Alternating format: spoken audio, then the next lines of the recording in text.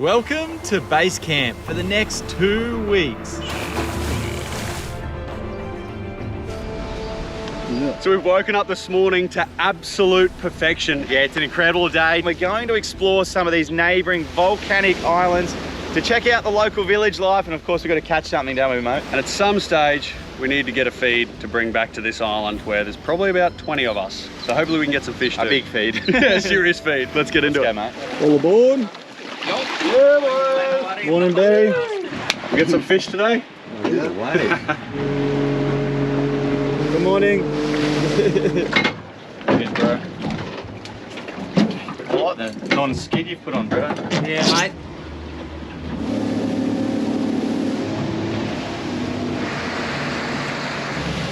Mate, very exciting. So we're just pulling up to a FAD that Brett and the guys here have deployed, a fish aggregation device. We're in maybe 2,000 meters of water. There's a series of floats which attract the little fish and then hopefully attract the big fish. We're gonna get a bird's eye view to see if there's any fish around it before we get there. Oh, this is so exciting. Up ahead of us here, there's bait jumping out of the water. There's bigger fish chasing them. There's birds on top. Bretto and Alvin have just got maybe 4 or 5 lines out the back. But Strick's got the drone up the top, and he said there's a couple of schools of fish and some bigger ones hanging out to the side. What do they look like, mate? 2 big mahi-mahi. I've never seen them on the drone before. That's it. That's incredible. One's got like bright yellow coloration. And they're definitely feeding. Oh, we've hooked something. If you're not up to date with this series, this is our mate Bretto, who we're visiting here on Quikea Island in Vanuatu. There's a link below if you want to check out more about Quikea, and there's a playlist on the screen now that will allow you to watch this entire series in order. Oh, this one had a hit. We've got a hot line. That was him. Oh, it's a mahi-mahi. Straight past the FAD. A beautiful, bright yellow and green mahi-mahi. I wonder if that's the one we saw on the drone. They've got to be the most beautiful fish in the ocean. Hopefully we can get closer and get a look at him. Maybe we can get it for lunch. Or more than a look. Yeah, a look and a taste. Yeah. Right next to that FAD, Bretto. Yeah, right on, eh? Yeah. Oh man, it's a nice fish. Really nice fish, eh? He is beautiful. Stuff under the boat, I don't know what. But... About at this point, they generally start playing up like a second-hand lawnmower, so we could get a bit of a jump out of him, I reckon. Maybe. That's a good fish. Well done, Bretto. Whoa, perfect gaff You shot. don't miss, mate. Mate, look at the colours. Wow. Alright. Good fish. Look at the colours on that fish, incredibly beautiful. And generally they school up, so we might throw a mask on and jump in and see if we can get a closer look at the rest of the school. That FAD works, Bretto. Well done, mate. Yeah, mate. Good stuff. How good's that, fellas? Yeah, it's working. Look at the You happy, Pat Pat? Good luck, mate. Luck, See you there, boys. brother.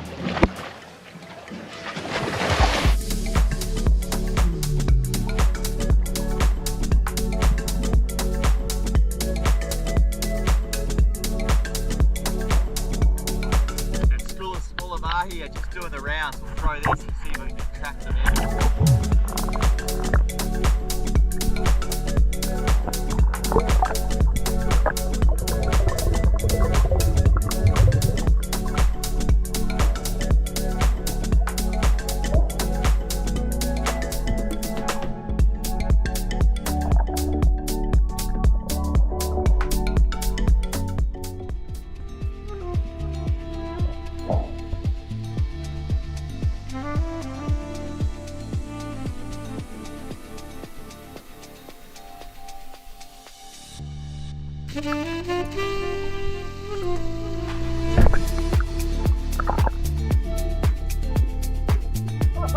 Wow!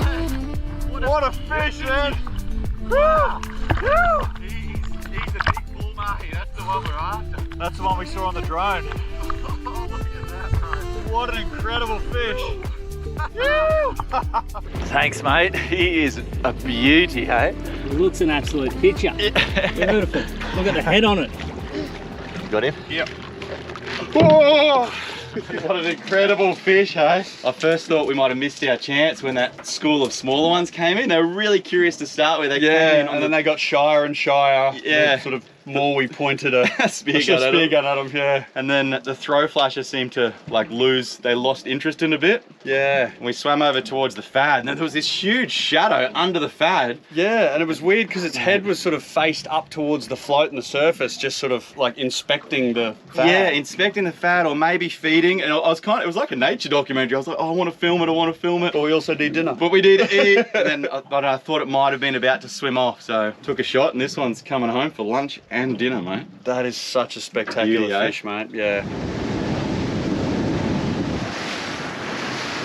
On this small isolated island behind us, there is a tiny village that lives without much interaction or influence from the Western world. And from my understanding, they live really traditionally there. We're really keen to go ashore because one of the guys on board, Barry, his bloodline, his mother is actually from that island there, and he's never been back. So this is an incredible opportunity to go ashore and get a sneak peek into the life that they're living there. Super excited for that, but before doing so, we're gonna jump in and try and spear something. As you can see, the water is just so blue and clear, and it's a really nice gesture to bring some fish in if you go ashore on an island like this. So hopefully we can jump in and spear something. How you feeling about it all, mate? Super excited, mate. If there's ever a chance to see doggies, I get real nervous, but really excited. Let's jump in and check it out.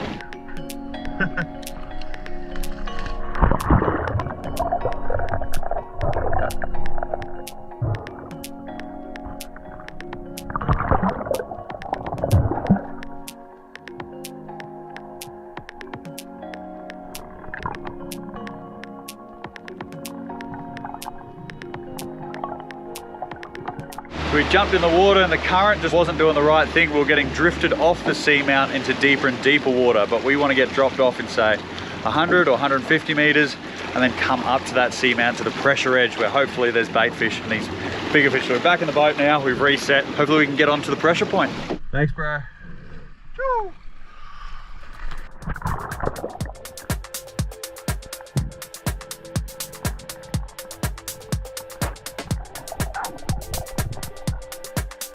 The doggies are proving to be a little elusive. They're staying too deep and rather disinterested, so we need to change our target species.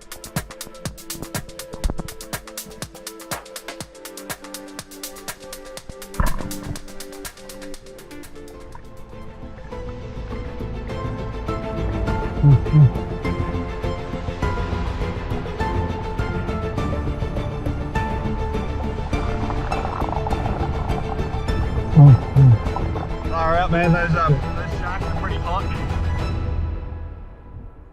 One scoop, once a day, and you're sorted. I don't think I would do a trip like this traveling without AG1 on board. The easiest, quickest, and most effective way to do something good for your body first thing in the morning. It just gives me peace of mind that knowing my body has now got the nutrition on board that it needs, no matter what happens the rest of the day, even if I might only eat things like fruit bats and witchetty grubs later in the day, I know my body is sweet, my body is sorted. I'm gonna have energy and endurance and a healthy immune system, which is really important in a place like this, especially when you've only got limited amount of time in an area.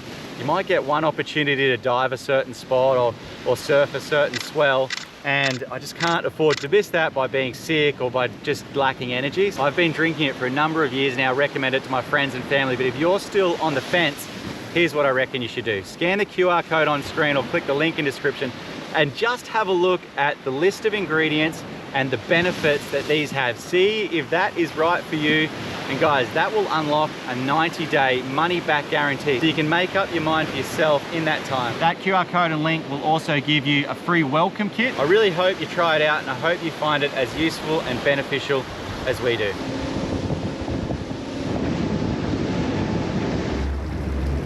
We're trying to find a safe landing where we can then either step off the boat or swim a short distance ashore. But so far it's proving a little difficult. So there's no wharf or no kind of inlet or lagoon, or the guys here don't have boats and don't seem to operate using boats. No beach, no landing, we're definitely going to be swimming in. Bit of blowhole there. There's a bit of swell. What, Bretto, where do you reckon we want to land, mate? I reckon in behind these rocks here, which will take out a lot of that swell. On the other side. So jump out here, swim through the middle of those rocks and clamber up those there. That's it, mate. And then we'll cut the line. And you want to, a bit of swell, you want to avoid that blowhole by the looks of it. Watch this. Yeah. The other kind of added challenge we've got is we're bringing the big mahi-mahi ashore to share with the guys there. Are we ready, mate? Yeah. Whatever we do, don't lose the fish. No sharks down here? Plenty, mate. Are we going behind this big one? Oh, I was going to go through there. Okay. Alright. Through that channel. Alright, going in. Go, go, go.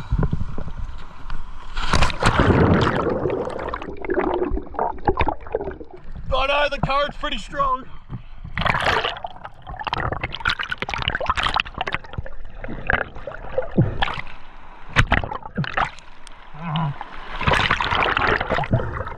I really hope they welcome us on this island. I'm gonna just surf the fish up there.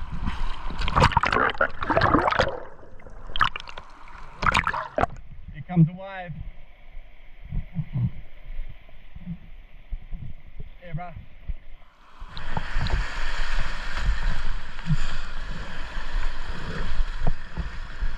Give me a towel. Yep. We made it. Slippery. We made it ashore. Alright, we've made it ashore, but we haven't seen any people yet. Normally, on these islands that we've been to in the past, you kind of see the shadows of people kind of skirting in and out of the tree line, but we haven't seen any people yet, no boats. Interesting island though, isn't it? It's like it's all cemented stones, but this I believe is from the eruption of a volcano and all the lava then solidifying, but it's like some pretty cool architecture work almost. We're getting there. Sandy beach is not what I expected behind here. No, very hidden, isn't it? This would all be under on high tide, I assume. Be a little inlet. Yeah, maybe this is where they could keep their boats on a really high tide. Yeah. Looks like a tombstone or some type of a burial site there. Some of these stones or rocks that basically big boulders that have been moved to make way for this path are huge. Imagine moving this big thing. This is super exciting, but we haven't seen anyone yet. We're just kind of walking into the village area, but no movement yet. What do you make of it, mate? This is probably one of the most traditional untouched villages we've come to. It's like going back in time. Yeah, it really is, isn't it? Very, very beautiful. Everything made from material here on the island. Look, come here. Thank you, Tomas. Thank you. I'll just get the fish out of the sun, put it in the shade. They seem pretty stoked about the fish. Only 4 people here living on the island. Incredible, eh? Thank you. Good old-fashioned fresh oranges, navel oranges. Mate, this is one of the most authentic natural villages with... Oh, gotta move the balls up. Oh dear. He is way bigger than I thought he was. Look at his tusks.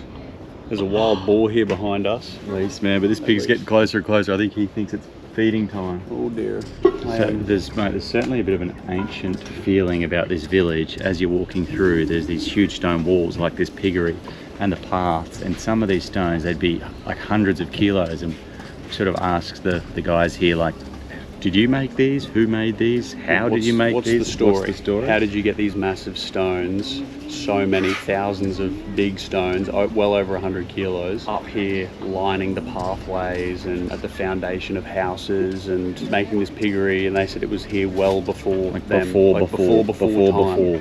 And the eldest one here, the eldest lady, said that it was the ancient spirits that did it. That's their understanding of it, but it must have been strong spirits. Yeah, I've never seen a spirit that strong. Yeah, mate, incredible amount of work that went into it, hey?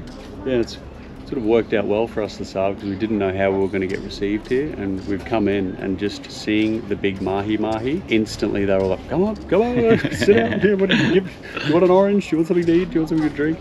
And I believe the setup is that they're going to cook themselves lunch, us lunch, we all get to share in this mahi, and then they'll have plenty left over to eat tonight and tomorrow, I guess. It's going to be a pretty cool lunch feast, I reckon, mate.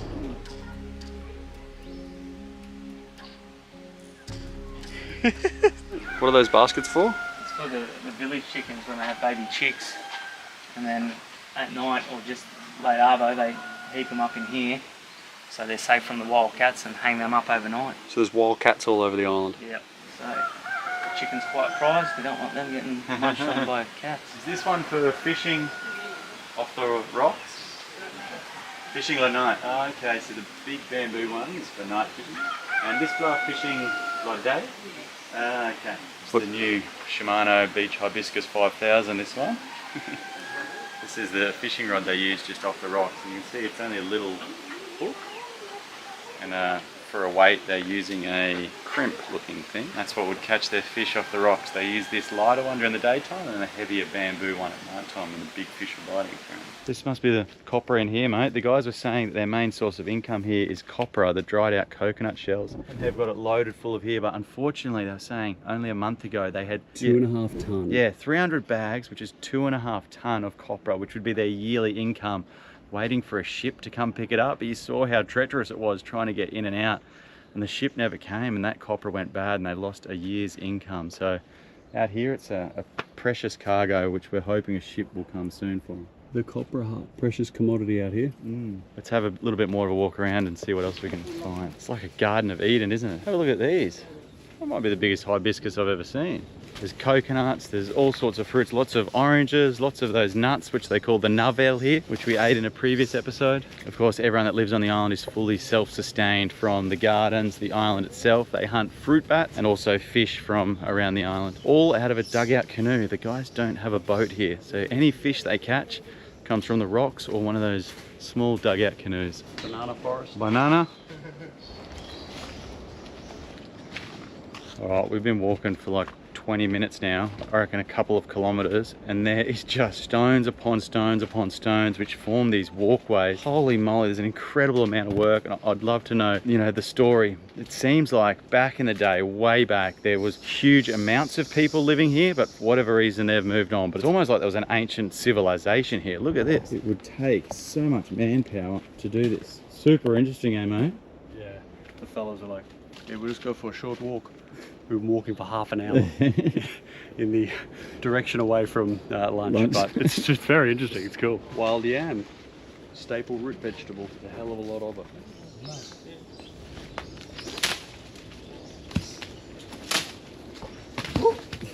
Orange? Yes. Thank you.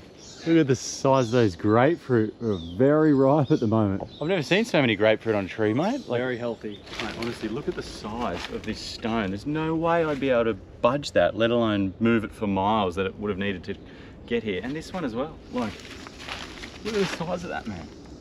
It's incredible, hey? That'll be well over 100 kilos. Mate, I'm baffled. This is like the pyramids of Vanuatu or something, the mystery here. Not like it's super easy walking. No, absolutely not. Yeah, there's something incredible happened here back in the day. What do you spotted there, mate? Just a massive mushroom. Just an outcrop that's come out of maybe a rotten log or just the ground itself, but there's like twigs and branches that have fallen into it, and the mushrooms continued to grow around it. It's huge. I'm not game to eat it. Magic. I feel like all these rocky structures have got an ancient story to tell, but unfortunately from the asking around we've done, it's a story that'll never get told because no one seems to know. We get walking, when we're like, geez, we're getting pretty far away from camp, and then we've just popped around, and then the village there is on our right hand side, which was a bit of a wig out, but we've just done a lap of the entire island.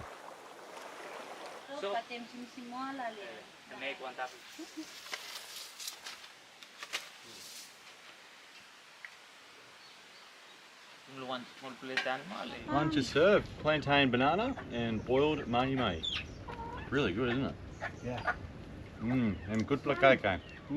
Bretto, can you share with me that again? What did the mum say? The two older ladies here, when they first saw us on the boat, they started yapping to each other like, oh, there's white people on this boat. Quick, we got to go hide. We reckon they might eat us, so okay. So that's why they would, you know, we saw them for 2 seconds and then they disappeared in the bush. We were pretty hungry. Oh my God, how's that?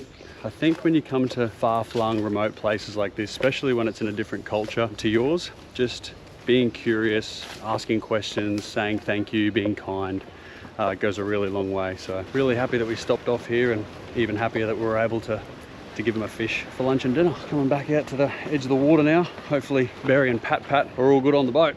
Wrapped up in banana leaf here is mahi-mahi and banana, which is going to Barry and Pat. This is the takeaway. Uber Eats, mate. Yeah, Uber Eats. God, she's fit.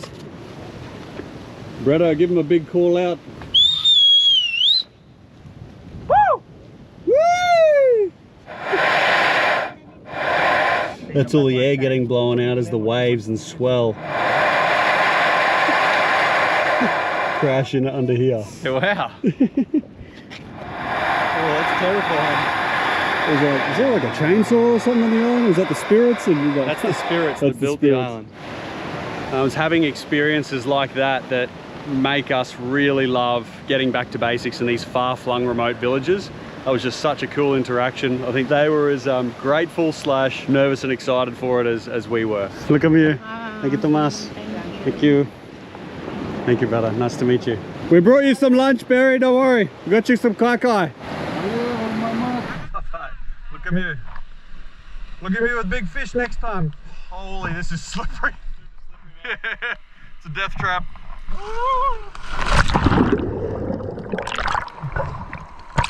Bye bye. Look at you. Hey, Pat. Thank you, Tomas!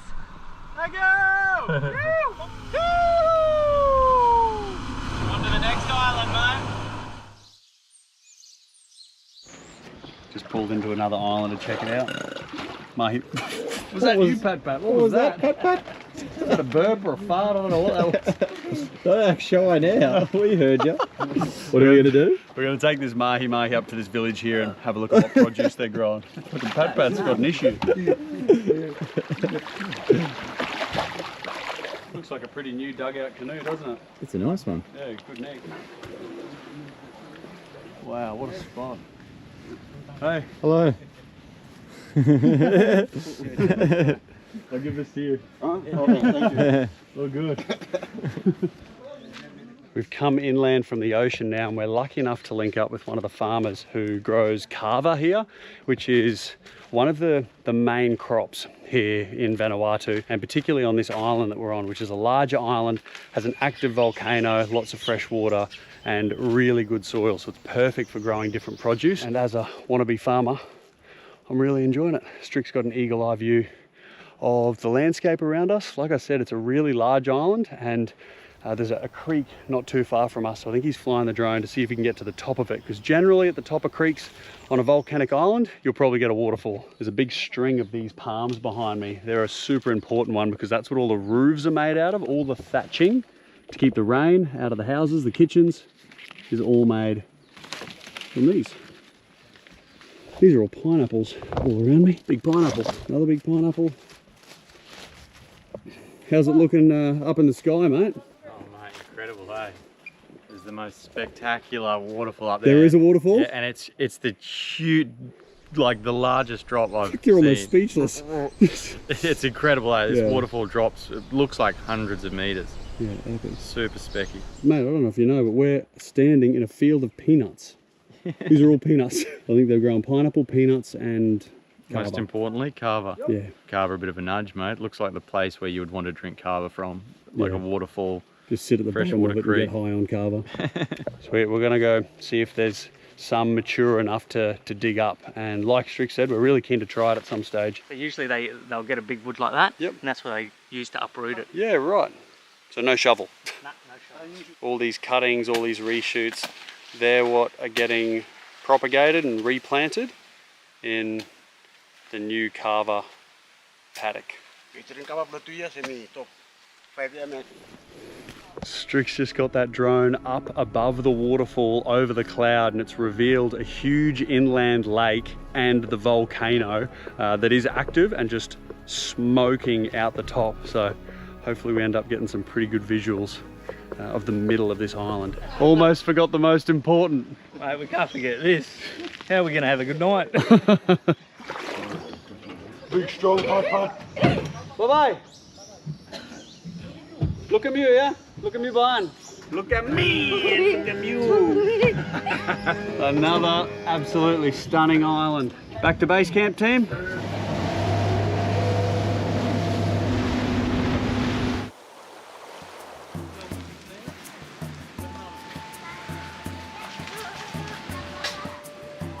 So it's quite a process, Kev. What are you doing there, mate? Are you grinding the roots up with a stone?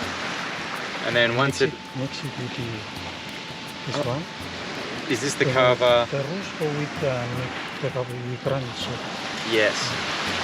This is the stone. That's the stone, and then are you just Just Grinding. grinding it up? The stone is the olden method of using grinding rubber. Oh yeah, traditional. Kevin, after this one, you're going to squeeze it. Does it go through the coconut? Yeah. Squeeze it through there, and then it comes out into the bowl, and then drink it. Okay. Traditionally, kava was reserved for the chiefs. Rather than fighting, they would get together for a session on the kava, and that would settle any disputes and help them make some important decisions. But today, it's widely enjoyed socially and recreationally across the Pacific. They reckon the stuff in Vanuatu is the best.